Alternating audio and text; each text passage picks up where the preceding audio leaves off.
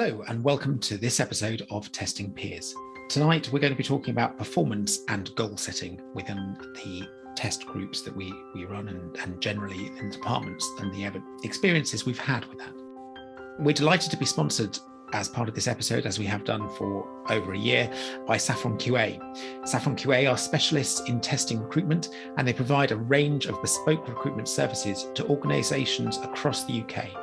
If you'd like further information about Saffron QA, please see the show notes or visit their website at saffronqa.co.uk. So tonight, I'm joined by the rest of the gang. Chris. Hello there. Simon. Hello. Russell. Good afternoon, evening or morning. And myself, David. And as always, we start with a, usually funny, different bit of sort of banter. And tonight it's Chris coming up with the unusual idea. So Chris. Let's manage the expectations, David, thanks. So digging into the old archives of my brain, dangerous place to be. But I was thinking back to PE days at school. I wondered if anybody here ever did any sort of track and field stuff at school. Podcast gold as we get a shrug. Yeah. I remember there was a picture of me at school when I was in year 8 or year 9 at secondary school, and they'd taken some shots of us doing athletics, and everyone was jumping the hurdles. Everyone else was just clearing the hurdles, and there was me about 3 foot above it, because I literally just thought, I'm just going to jump as high as I can rather than doing the high jump over the hurdles. I would have loved to have seen that. I would. But on the track and field type things, it's a very sort of statistic-based achievement sport. Like, it's not like a team-based sport in the same way as you've got as an individual, you're trying to just achieve one thing, and the competition is trying to who can do the furthest or the longest or the highest. And I thought, if you could remember any sort of interesting records that maybe you had held, maybe you were the fastest or the slowest or the highest or the longest jumper or sprinter or anything in your class. So Simon sort of jumped the gun a little bit. Well, he was probably the highest hurdler. But if you had any sort of memories or recollections of like folk tales that were told in your school about, somebody once managed to clear the sandpit on a long jump or anything like that. I've only got horror stories of people running into javelins. I like it. Tell me more. It's the old one of don't run after your javelin. If you do, you might end up with it through your neck. One of the kids in your school has done this before, blah, blah, blah, and ended up in hospital. Whether it was true or not, I certainly don't know. It's all those scare stories those teachers tell you. Exactly. I did see a corner flag once thrown like a javelin at another child, and it did go into their knee and cause some trouble. Oh, there you go. So these things do happen in school. They clearly can happen, and I can't credit the teacher for saying it's not a possibility, but did it happen, I think, is another question altogether. But on the goals front, though, has anyone got any sort of goals and records they can think of? No, I was just thinking of something relating to javelin, as Russell mentioned, though. But I managed to blag myself into the sports team by telling the PE coach, who also happened to be my maths teacher at the time, that I could throw the javelin about 25, 30 metres. And this was in year 8. And, they were looking for a javelin thrower because their javelin thrower had gone off sick. And I was like, I can do it. I'm sure I can throw it about 25 metres. I'm sure I've done it before. They're like, yeah, okay, you're in the team. You come into this event next week in whatever private school it was, in Norfolk or whatever it was. And I turned up for the day. I got given my kit, got given my javelin. I'd never actually thrown a javelin before. You really went through it. Yes to everything, don't you? And I was like, I think this is how I do it. And I end up, the first 2 throws didn't land. They just sort of stayed up in the air forever. No. They just because that's immense. They didn't spike into the ground. So they're like, it's better to get points on the board by getting a score than just throwing it and not landing in the ground. So just literally walk up to the line and plug it in the floor in front of you. So I did that exactly. I didn't finish last. There was 3 that didn't manage to get a recognised score. But yeah, not my proudest moment. I was quite good at the discus at school. I got into our school team, won kind of like a tri-school tournament, then went into kind of like the Northeast Championships at Gateshead International Athletic Stadium. But the time between them was like a year. So I had good technique one year. Then the next year, I forgot how to do it. So I think one year I was throwing it about 30, 40 meters. And the next year I was throwing about 20. I went backwards over the course of a year.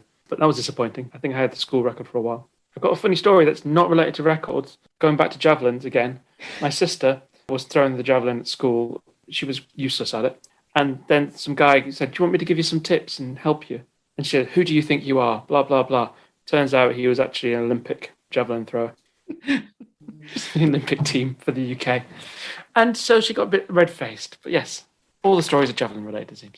See, for me, I don't have any memorable track and field because my speciality was more swimming. So therefore, I always did very well at the swimming. So I remember just sort of getting in the pool and often beating lots of people, including county type things. So on the records front, I volunteered much as Simon did for triple jump when someone wasn't there and it was the day of sports day.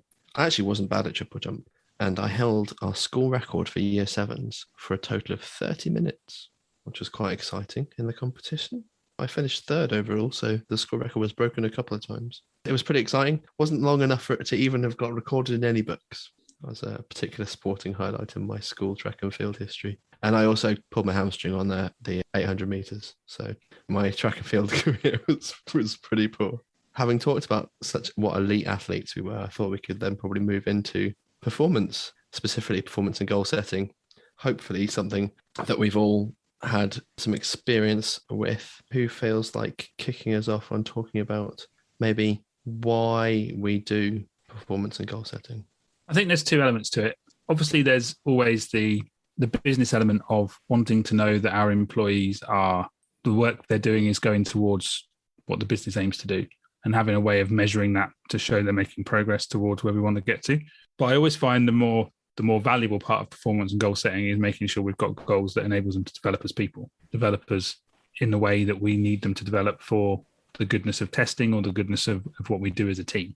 So I always try and, I won't say water down the business goals, but I try and make the goals more fitted towards testing if they're all testers in my team to make sure that they feel that they can actually achieve their goals towards it rather than keeping too much of the business elements in their goals. But I also find that I try and reduce the number of goals they have because a lot of businesses recommend that you have this many X amount of goals and you end up giving them a whole sheet of business related goals that don't really help anyone make progress.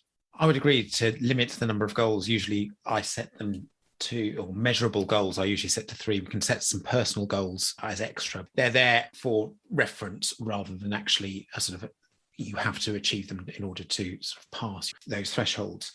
I would also suggest that actually you make them vague enough and not specific to a particular outcome that may not be achievable within that year. So if it might not be tied down to a project or anything specific that has a knock-on effect. So if that doesn't happen, then they don't get that objective, then actually that's really quite demoralizing because especially if it happens year after year, then they never actually achieve their goals and it's rather defeats the object. So they should be achievable, they should be sensible, and they should be vague enough to allow them to actually achieve it within the time frame that those goals are set. Not quite a smart goal though, because obviously, the vague instead of specific would make it a Vermont goal. I think that's part of the concern in a lot of goals that set when they are too specific. And I agree with David's point about projects. The amount of times that I've had goals or my team have had goals on projects, especially in the last 2 years when the pandemic has caused no end of things to get canned, et cetera, I've been in places before where that's just meant you haven't got your objectives for the year. You haven't been able to change them. Once they've been written, that's it. You've got to stick to them. So yeah. I think that's another key point for me is they shouldn't be hard and fast. You should be able to evolve them over the time period. Yeah, I'd go with they should probably be quite specific, but specific, I can't even say the word. You need to adapt them, and it's an art for getting between the two because you don't want it so specific that you have to adapt it every single week. That's pointless. Nor do you want it so that it's so vague that you actually don't know what you're doing, or it's just too generic, like your improved testing, which is maybe perhaps a little bit too generic. It is about walking the line between those two sort of areas to get the best. If you've got a system where you're not allowed to change it, then I definitely do what David just said and keep them quite vague. If you've got a system that allows you to evolve them, which is the one I've worked in those systems more, then do that. Or have a very vague goal, but then have some specific tasks that lead to that goal that are short-lived versus long-lived. So, it may be to help the project over the line, but the task part of it or the activity part of it is a bit more clear and a bit more finite so that you can control it a bit better. I know I sort of poked fun at the smart goal thing. I wasn't really being mean, and we can probably get deeper into what that means. But have you ever heard of the CLEAR format for objectives? Heard of the card, but never CLEAR. So CLEAR stands for collaborative, limited, emotional, appreciable, and refinable. And Simon will like this because the emotional point is aligning your goals with personal passions. And the refinable bit, I think, helps with what we've been talking about there. Collaborative means that it's something that we do together, and appreciable is about ensuring that large goals are broken down into smaller chunks and stuff, which Makes sense. to me feels like something that's more accessible and also, like we say, something we can change and modify through the year. Maybe not so specific. I quite like that as a way of formulating goals rather than SMART. Although smart's a good place to start, I suppose. Yeah, I find SMART quite hard to do, if I'm honest with you. It's hard to kind of get that measurement in there, get the specific, get the clear. But I kind of always take on goals from the idea of motivation. What will motivate the person to achieve the thing? And, a goal should be something that helps someone achieve. And you have corporate end games that you want to achieve, but these goals aren't you will increase revenue by 5,000 per a day or something crazy like that. What would achieve that? That's actually really where you want to put your goals. So how can testers help with revenue? Well, maybe you make the product slightly better so that retention's better, so there's less defects. Okay, well, how do you do that? And that's actually, that sort of 5 whys to a degree helps you figure out actually the goals that you can do. So you don't end up just giving a tester or anyone for that matter the company goal. You give them things that actually will contribute to delivering what the corporate or senior manager goal is. Because I've had a lot of times in the past where the corporate manager goal just got passed down. Yeah, it was just pointless. Absolutely agree. And it's interesting because I worked in a place before where we had quarterly goal setting.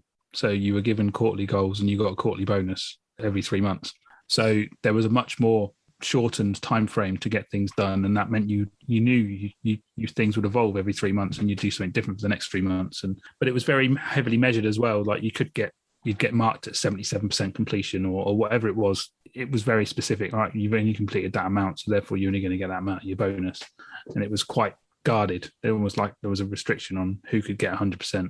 Now with the longer term goals, I agree with you completely there, Russell. The amount of times that goals are being cascaded down and down and down without being modified.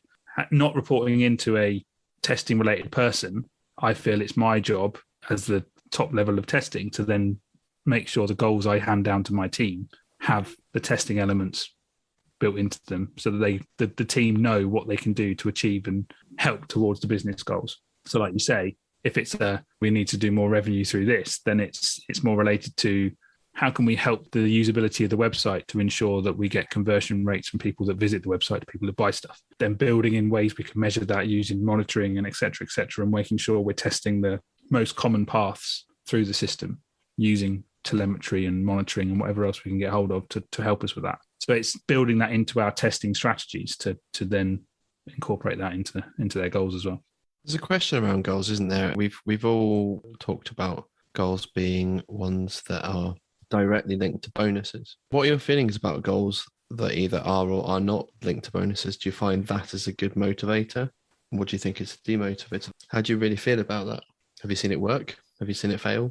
Working for somewhere where the pandemic has directly impacted the fact we're not getting bonuses. We have still been set goals for the year. We are still being given yearly ratings based on that. And it does feel like it's almost for no value other than to let people know how well we're performing. Personally, I don't think it's really giving the team any extra motivation at all. I think if anything, it's demoralizing because they know there's no end goal. But that's my thoughts. Is it's not helping, definitely. I think that actually those sort of goals are the sort of ones that you can put in as a personal goal, because lots of the time the bonus-driven goals are driven by the company and what the company wants and bringing in revenue and things like that. Whereas extra goals that aren't measured by that, you can be a little bit more specific and you can be their personal development rather than just going to that corporate goal. If they see a benefit in that is that personal and they can improve themselves and it's written down, so therefore has some accountability, but it means that the conversation is there between them and me, and we can drive that forward and possibly put in training and things like that. So there are times when it can help, especially if it's a personal project that isn't driven by the company. Makes sense, yeah. I don't like attaching bonuses to objectives. I think it's always complicated and always hard, but I think bonuses is, do you want it to always be about achievement, or do you want it to be about effort? Do you want to be working smart, working hard? There's a fine lines between some of these things, and some of the corporate goals you may have little ability to influence. And obviously, if you're in a culture where you're handed down generic oomph, then it's a chain around your neck. It doesn't help you achieve. It doesn't motivate you. It does the opposite. You think bonuses are unachievable. You just meh. I think it can be a good thing. I think tailoring it to things that push people beyond what they're doing now, that would be able to show them clearly demonstrating going above and beyond. That sort of way of doing objectives that are motivational to the individual, I think it can be good. The challenge you've got with that is being consistent and fair. It's nigh on impossible to keep, like, say, 1,000 people and make sure that they're all being treated equally. If you have calibrations even to kind of make these things, you can't calibrate because you can't get the details. It's a massive amount of effort in itself. And there's an element of me that says that if we want to foster a team community and a team culture, then rewarding an individual is probably not necessarily the best model. And actually, maybe rewarding teams is the better model of doing it. So creating team objectives, team goals. We're talking a lot about individuals. Might be a more agile way of doing these sorts of things. And you succeed or fail as a team, but you've still got calibration, but you've got a lot less groups to calibrate rather than calibrating every one as an individual. I guess that works to a point, but there is a point where you want people to be individuals as well. Yes, they work as a team day to day, but you want to know those people that stand out. You want to know those people that deserve the next level promotion or recognition. So there needs to be some level of understanding other than just a gut feel on which one's the right people. Yeah, but we're talking about bonus in that particular scenario, though, weren't we, really? Yeah, but for me, doesn't it all link together? But it depends, I think. A lot of You're right. it depends on the circumstances. Because where I was before, I was managing a team and the company didn't tie bonus to objectives. The bonus was done on company performance. And if the company did well, everybody took a share of that. And their stance on that was, if you do well at your job, when pay review comes around, that will be where your performance is more reflected. When it came to actual objectives, it was very much objectives centered around the people who had goals for themselves. They were setting their own goals. I would like to do this. So then you agree if it's something that's beneficial to the company or to the team for them to be able to be better in the company. And then we formed, in our case, smart goals around those things. And that had good points and bad points, I think, as any performance, certainly any bonus related stuff as well, comes along, because still, when you're talking about pay reviews, like there's only a slice of a pie so big, so how much does everyone get? There's that. But I think that's probably the case with bonuses and those things as well. I think that the problem that we had sometimes with people with having goals that weren't tied to anything, unless they were motivated for the objective that they set with us, it didn't matter if they didn't achieve it, which is either a good thing or a bad thing, depending on how you look at it. I quite like objectives not being tied to bonus, for the point that I've also seen people, and this is a very thin segment of people, but people I've worked with who have almost hidden behind their objectives and said, this is my role, this is my niche, this is the thing I have to spend my time on because that is my goal. Yeah, very narrow. And then they've not done the things that are for the benefit of other people or for the teams, because it wasn't their goal. They had their own things to spend their time on, so they didn't want to spend their time on something else. And that's where they didn't make changes based on those things. I mean, I had a goal to learn a new technology and share it with the team. I wasn't on a team that touched that technology, so I changed my goal. I was able to. I had the freedom to do that. But imagine if my goal had retained to learn that new technology and share it with the team.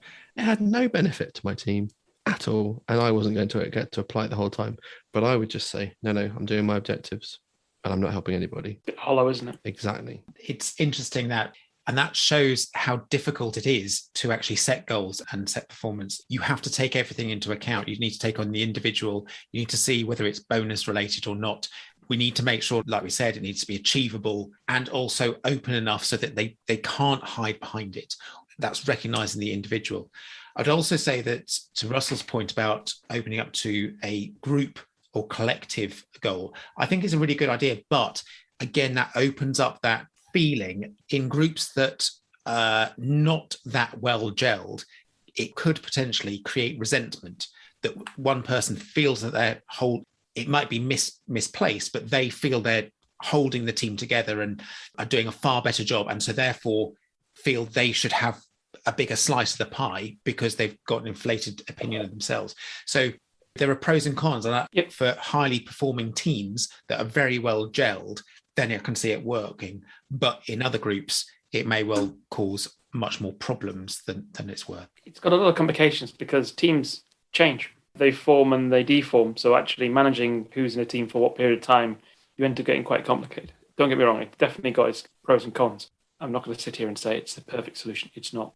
If you want to encourage a team culture, then you probably need to reward people in the way you want to encourage. And a lot of these things is possibly that you actually need some quite complicated, that you need to think about your company performance, your team performance, your individual performance. For your goals, you also need to think bonuses, pay, salary, progression. To Simon's point about the wider picture, there's all these things come into play of it. When you're setting the goals, sometimes you set goals to try and help people grow into the next position. Opportunities to take the lead on things, or to line manage graduates, or to do X, Y, and Z, try and help them actually push themselves into those zones. So it is complicated because if you've given someone that push and you put them in a team and give them a team goal, you wouldn't really truly reflect it. And I get that. We all work at 3 levels. We all work as the individual, as part of a team, generally in software testing at least, and then as a member of a company. And we may even be as a member of the testing team if you want to do that level as well. So it is interesting. One thing I was going to ask earlier is, Russell, you touched on it, about goals and whether they're linked to your day-to-day job, whether they're a stretch goal. So I've worked in places where goals have been effectively what your day job is, so that everyone's going to, as long as you do your day job, you're going to get your goals. I remember there was a switch at one point during that time where HR suddenly said, well, your goals shouldn't be your day job. They should be a stretch. It should be something you do on top of that. And the amount of people that kicked off, refusing to take it, they wanted to complain to HR because they don't have time to do anything else because their day job takes them all day. So how are they going to find the time to do extra? What are your thoughts? Where should goals sit? Should they be that little bit extra to stretch people, or should they be incorporated into delivering the project you're working on? I can tell you a strong opinion, but I'll let David go first. I think there could be a mix of both, to be honest. There can be some that are stretch goals. There can be ones that are achievable. And it can be a sort of a mix and match. And you can always put a percentage on particular goals as to how strongly they are, especially if they're bonus related. So it's 90% this and then 10% this if you've got time to do it type thing. But then you're saying that they have to do their stretch goal to get 100%. You see what I mean? Well, it depends, because sometimes you can perhaps overperform on one and therefore you can get more. Definitely. Depends on the context, depends on the system that you've actually got as to how best to organize it. But I think if you're also new to managing and setting those goals, look at what has been achieved before, look at your goals, and also find out from your peers as to what the expectation for the company is, so that, especially if you're new, you can create goals where your team achieve them at the end of the year or whenever at the end of the time, so that they don't feel out of step with the rest of the company. I'd like to hear Russell's strong opinion. Yes, strong opinion. Yes, me too. Well, it's not a revolutionary one. It's the whole point of goals is they're relevant and achievable. That's kind of an important part of them, because otherwise they are pointless. If you try and say build a rocket ship to go to the moon, you're never going to achieve that on top of your testing job, are you? Let's face it, unless you happen to be in Elon Musk's SpaceX program. I do think they have to be relevant. I do think they have to be achievable. I do think that means that they're doing your job, but they're generally specific things or areas for improvement or areas that you want to work on. They're not just literally continue testing in your role. They have to be things that have added value. Otherwise, they are just doing your job description. There's no point in a goal if it's just do your job, because that's what you expect. Now, how you value and how you reward them, that's a different debate. If you want to get something that's achieved, then guess what? You've got to do more than your job to get kind of beyond the just achieved your job role. Sort of moves on to the other point, and we've talked about objectives, but we also want to talk about performance and measuring and rewarding performance, and how we judge that, I guess, possibly is more along how good you are at what you do, as opposed to how good you are at what you want to do or we want you to do. In some ways, objectives is quite a simple way. Once you've worked out what it is and it's down on paper, sure, numbers and you can argue a case one way or the other. But actual performance in your daily job, that's quite tricky, because how do you measure that? Especially if you are a lead, a manager, a group lead, whatever, of people that you don't work directly with on a day-to-day basis. because the bias of the different people that do work with those people that perhaps you get to get the input from will be different. And people who get to do sort of self-assessments, personally, I'm quite pessimistic with my own self-assessments, but I know people that think they're sort of God's gift to coding. And in similar meetings to ones that I've had on performance, managers I've had have said, we had to bring some people up, we had to bring some people down. And you wonder, like, how is that done? Like, that's an art in itself, surely. Yeah, I've built systems to do this in the past. It's awkward, and it's kind of about having an expectation that you can explain to people, that you can make clear, that you can help use to measure. It's a yardstick, in effect. Some people do nth degree, long, huge things of 300 pages saying what the job is. No one's going to read that, to be quite honest. And if you're a tester, you'll also nitpick the tiny little bits and bobs, but you do and highlight the lines and so on. I generally have gone to kind of buzzwords or to kind of keywords and a continuous sort of process where actually there's different factors and they all weigh in at a different rate. I'm trying to demonstrate that kind of, it's just literally a slide almost degree with words dotted around it, placed kind of where they value. If it's working as a team player, that's kind of over the right, that's kind of doing your job. But it's prevention of code quality issues and things like that. That's not generally part of your day job for our group of testers. So that's kind of the exceeding side of the spectrum and doing measurements like that. But it's very hard to measure. And you, as you said, you've got your bias, the people you know, people that helped you, you're going to judge more positively than the people that helped somebody else. I guess there's also things along the lines of sort of career aspirations and how close you're getting towards those things, because performance can also be Simon over there. He wants to become a UI UX specialist, and David over there wants to become an accessibility one, and Russell wants to become a performance one. And so we all start at the same point, but we work towards those things, or we want to be seniors or leads or whatever, and how we measure what that is, what it is you need to do to get to those places, but also have we got the space and the capability of taking those parts on? That's where you do have to kind of build career frameworks of those sort of ilk that can say, and then you set goals, objectives, you encourage, you motivate, you give opportunities, you balance time expectations so that people can work on both and learn things. But you have to have something that describes what they're trying to achieve so that you can give an understanding to that person. Sometimes they could be quite specific. Sometimes you might just use a job description that's been used. It's slightly better to do a bit more data than that, and you end up with all sorts of complex matrix and all sorts of different things. I think Monzo did a good one that's online that you can kind of see, I think, for different job roles and things, the career framework, which is quite a good example. I think the other thing that comes to mind here is you touched on it about comparing people and the whole calibration of bringing people up and bringing people down, et cetera, et cetera. Comparing everyone, that kind of framework requires everyone to be compared as the same, everyone to be seen as the same, and everyone's capable of doing the same level, which in real life, everybody's different. Everyone has their own strengths. Everyone has their own weaknesses. Some people do some things really well, which may or may not be associated with the goals they've been set, but they may be doing a good job elsewhere. And it's difficult when you're tied to giving a performance assessment based on goals that have been set rather than looking at the wider picture. I've liked it recently where I've had freedom that the goals have been a guide to look at someone and go, yeah, okay, they've achieved most of their goals. But actually, I've looked at them and thought, you know, you've achieved so much more this year that aren't written down as goals that I'm going to give you a good rating. I'm going to give you one of the better ratings we can give, because I've had the discretion. But I've also worked in systems where it's been completely based on how far they've got with their goals, and it's not taken into account their day job. So they can be brilliant in their day job, but they've not got to their goals, therefore they're not going to get good performance. Yeah, I think that's a broken system. Absolutely agree. It's got to be based on their performance, not purely goals, because as we said, goals are specific usually, or vague, as we also mentioned, but they're targeted. They're around small areas. They're not meant to be doing your day job. So I know we're talking about goal setting, but also at the end of the performance time, has anyone got any experience or any recommendations for how to deal with people that have not actually achieved their goals, so therefore having to give them bad feedback because for whatever reason those goals have not actually been achieved? Well, there's one that hopefully is quite obvious, and that's having sort of talked about those things throughout the period, the duration of time that they've had for that. Most people are aware, typically through conversing, chatting about the progress of things, that things are on or off track based on those things. So it's always better to talk about those things sort of as you go through. When we've talked here about iterating or refining goals as we go through, that's where those conversations come through.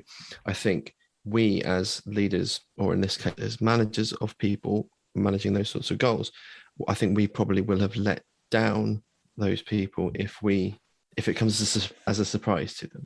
That doesn't mean to say that ultimately that conversation at the end, they might think, well, at least I did something, and you have to say, well, you didn't do. But I think part of the goal of this whole part as leaders is to communicate well and effectively so that there aren't surprises. I think we talked about this in other parts, other episodes that we've had. All of these roles as leaders, communication is the most important thing.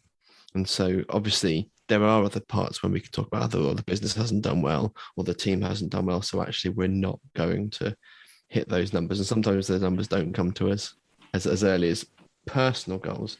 But I would like to think that with the people that I've worked with, certainly, that when we've been going through these, they've known if they've been doing well or not. Yeah, I would agree. I think I've been certainly trying to make sure that anyone I've had that's not performing, I've been regularly communicating throughout the year, our one-to-ones, that things aren't progressing on certain areas. So they're aware of it, so that when it comes to the end of the year, it's not a shock. But still, they're still shocked at the end of the year when you have that final review and you say, well, actually, you've not achieved what we set out to achieve at the start of the year. So it can be difficult, but I agree with Chris's point about, if they do get it as a complete shock at that point, then there is something that we've done as leaders to let them down. And I think we have a responsibility to help us be transparent with each other and to ensure that everyone is aware of where things are progressing and where things aren't, and help course correct if that's the case. And if things are so badly off track after 3-4 months of the year, then have a session where you have a retrospective with your person in your team and talk through it at that point and go, okay, what's happened? What's gone wrong? What's going right? What can we do to course correct? What do we need to do to change your goals to make them more achievable for you, to give you more confidence that you can achieve what you need to do, and have that regular session where you talk about it further. Another good reason why don't have too many goals. Yeah, absolutely. If you want to regularly talk about them and to help people get to them, having 15 goals that last all year, and sometimes, I've seen a lot of stupid goals. I just do this for the year, are bad. And so you kind of need to set more targeted, shorter length ones. You mentioned quarterly ones. Yeah. That's quite a good idea. Have different ones and they can evolve. New one can replace it if you want. But at least then it's good. And I'm like most people, I think, which is if you give me a year goal, I'll spend 9 months doing nothing towards it. And then the last 3 months, I'll try and cram it in. Absolutely. Because no one's going to talk to me about it in between. And everyone's going to be happy if I say, you can wait. And I'm the same. I do try and make sure that the goals are spread across the year so that people know where things are going bad or good throughout the year as well, so that you can see whether you achieved it. And I'm quite often very good at saying to people, we can extend things most of the time, but you have to tell me up front. I don't have any problems with giving you extra bit of time to get something done because of a project, sprint, or anything else. But don't tell me after, tell me before. Yeah, absolutely agree. All right, well, I think that's probably a good time as any to bring an end to our discussions. Thank you guys for a very useful chat tonight. If any of you listening have any thoughts on performance and goal setting, or any suggested ways that can be done that's successful, or horror stories, we like to hear horror stories too, like Russell's javelin stories. Absolutely, just please get in touch. You can contact us via email at contactus@testingpeers.com. We are at Testing Peers on all the socials, and we'll always love to hear your feedback on there as well. We do also have a Patreon, and we have 5 patrons at the moment: Erin, Gordon, Beth, Kaylin and Dan. We'd love to add to that. We'd love to have your support. There's a couple of tiers on there at the moment. We are going to invest some time in finding more tiers and making it more exciting, aren't we, Chris? He's nodding. But yeah, thank you everyone for participating so far and for all the interactions you have. We love getting the feedback. Please, carry on giving us feedback. Thank you again to Saffron QA for all their support and continuing to support us. For now, it's goodbye from the Testing Peers. Goodbye.